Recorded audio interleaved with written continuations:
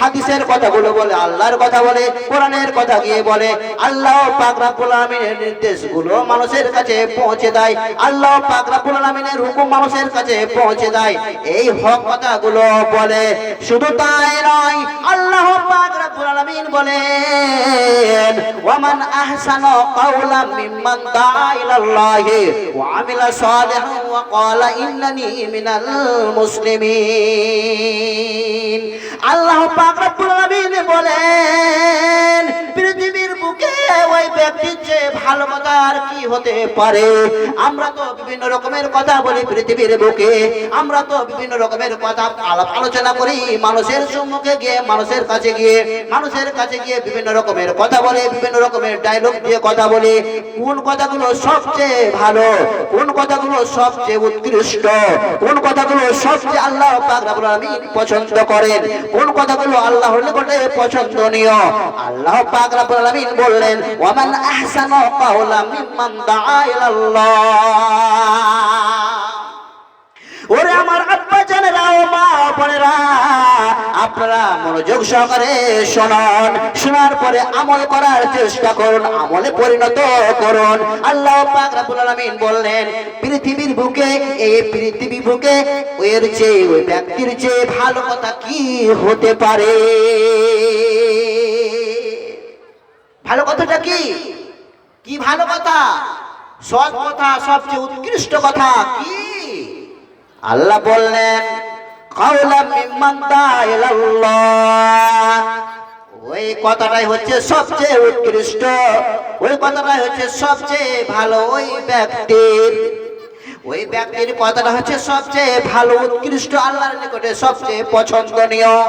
যে একজন মানুষ কি করলো, একজন মানুষ থেকে আরেকজন মানুষকে আল্লাহর দিকে, আল্লাহর দ্বীনের দিকে অগ্রসর করলো, দ্বীনের দাওয়াত দিল, আল্লাহর পথে নিয়ে আসলো, ভালো কথা বললো, হক কথা বললো, সঠিক কথা বললো, নেকির কথা বললো, নেকির উপদেশ দিল, অন্যায় থেকে বাধা দিল, আর নেকি করা, নেকির কাজ করার উপদেশ দিল। এই কথাগুলো হচ্ছে সবচেয়ে আল্লাহ পাক রব্বুল আলামিনের নিকটে পছন্দনীয়। ওই ব্যক্তির কথাই হচ্ছে সবচেয়ে ভালো, যে মানুষকে আল্লাহর দিকে অগ্রসর করলো, আল্লাহর দ্বীনের দিকে নিয়ে আসলো। এর চেয়ে পৃথিবীর বুকে আর কোনো ভালো কথা হতে পারে না। হতে পারে? যে মানুষকে ভালো কথা বলে, দ্বীনের কথা বলে, আল্লাহর দ্বীনের দিকে নিয়ে আসে, অগ্রসর করে, জাহান্নাম থেকে বাঁচায়, জাহান্নামের আগুন থেকে বাঁচার চেষ্টা করে। একজন মানুষ আগুনে পুড়ছে, আপনি কি দেখতে পারবেন যে আমার ভাই আগুনে পুড়তে আছে, জ্বলতে আছে? কোনোদিন কেউ দেখতে পারবে না, কেউ কোনোদিন দেখতে পারবে না। যেভাবে হোক বাঁচার চেষ্টা করি, আমরা বাঁচাবার চেষ্টা করব। যে আমার ভাই আব্দুল্লাহ, আমার ভাই আব্দুল সত্তার, আব্দুর রহমান, আব্দুল গাফফার আগুনে পুড়ছে, আগুনে জ্বলছে, তাকে বাঁচাতে হবে। যেভাবে বাঁচার কৌশল বুদ্ধি আমরা করব, সমস্ত বুদ্ধি খাটিয়ে, ব্রেন খাটিয়ে বাঁচাবার চেষ্টা করব, সে আগুন থেকে বাঁচার। ঠিক তদরূপ তেমনি কি করলো একজন মানুষ কি করলো? ভালো কথা বলে, সৎ কথা বলে, হক কথা বলে, বলার পরে কি করলো? আরেকজন মুসলিম ভাইকে, আরেকজন মুসলমানকে জাহান্নামের আগুন থেকে বাঁচালো, জাহান্নামের আগুন থেকে বাঁচাবার চেষ্টা করলো। আপনি ভুল করছেন, অন্যায় করছেন, এটা ঠিক হচ্ছে না, আপনি জাহান্নামের দিকে নেমে যাচ্ছেন, জাহান্নামের পথে আপনি নেমে যাচ্ছেন, আপনার দ্বারা গুনাহ হচ্ছে, আপনি গুনাহ করছেন, আপনাকে গুনার কাজ করতে হবে না। আল্লাহ আমাকে আপনাকে সৃষ্টি করেছেন, আল্লাহ আমাকে আপনাকে পয়দা করেছেন, আল্লাহ পাক রব্বুল আলামিনের একটা উদ্দেশ্য রয়েছে, আল্লাহ পাক রব্বুল আলামিনের একটা উদ্দেশ্য রয়েছে আমাদের পিছনে। আল্লাহ পাক রব্বুল আলামিন বললেন, ওয়ামা খলাকতুল জিন্না ওয়াল ইনসা ইল্লা লিয়াবুদুন।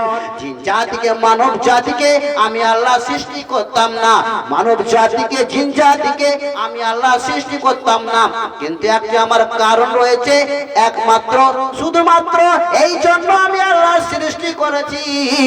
আমি আল্লাহ এই জন্য সৃষ্টি করেছি মানব জাতিকে এবং জিন জাতিকে। তারা আমার কি করবে? উপাসনা করবে, আমার আরাধনা করবে, আমার কৃতজ্ঞতা জ্ঞাপন করবে, আমার উপাসনা করবে, আমাকে এক বলে মানবে, আমাকে প্রভু বলে মানবে, আমাকে এক ওয়াহদাহু লা শারীকা লাহু বলে মানবে।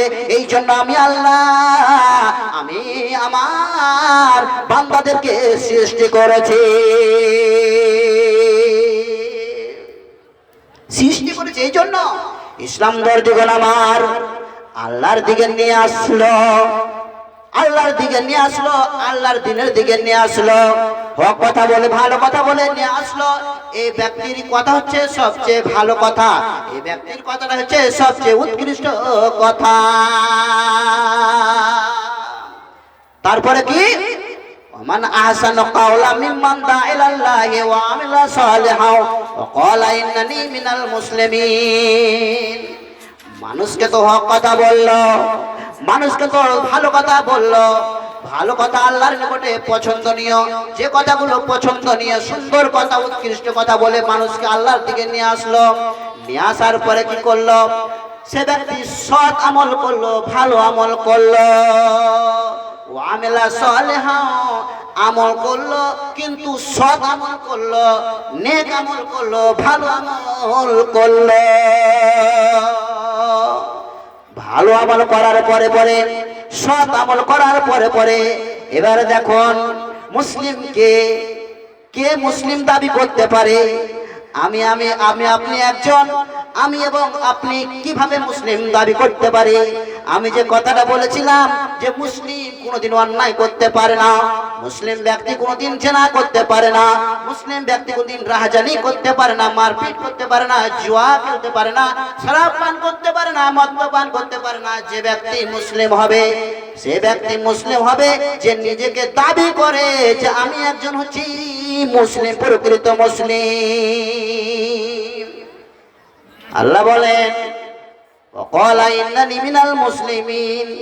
সৎ আমল করার পরে পরে ভালো আমল করার পরে পরে সে নিজেকে বলে, আল্লাহ বললেন যে সে নিজেকে বলে যে আমি একজন মুসলিম, প্রকৃত মুসলিম, আমি হচ্ছি একজন মুসলমান, মুসলিমদের অন্তর্ভুক্ত, আমি হচ্ছি একজন মুসলিম, প্রকৃত মুসলিম।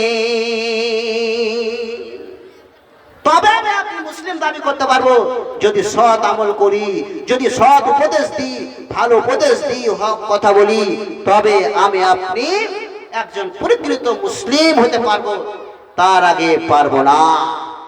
ইসলাম দর্জিগণ আমার আল্লাহ বললেন এই সমস্ত লোকেরা ক্ষতিগ্রস্ত নয়, ইল্লাল্লাযিনা আমানু, ইল্লাল্লাযিনা আমানু, যারা ঈমান আনলো, সৎ আমল করলো, হক কথা বললো, সৎ আমল করলো, হক কথা বললো, আল্লাহ বললেন এই সমস্ত লোকেরা ক্ষতিগ্রস্ত না। কেন আমরা ক্ষতিগ্রস্ত?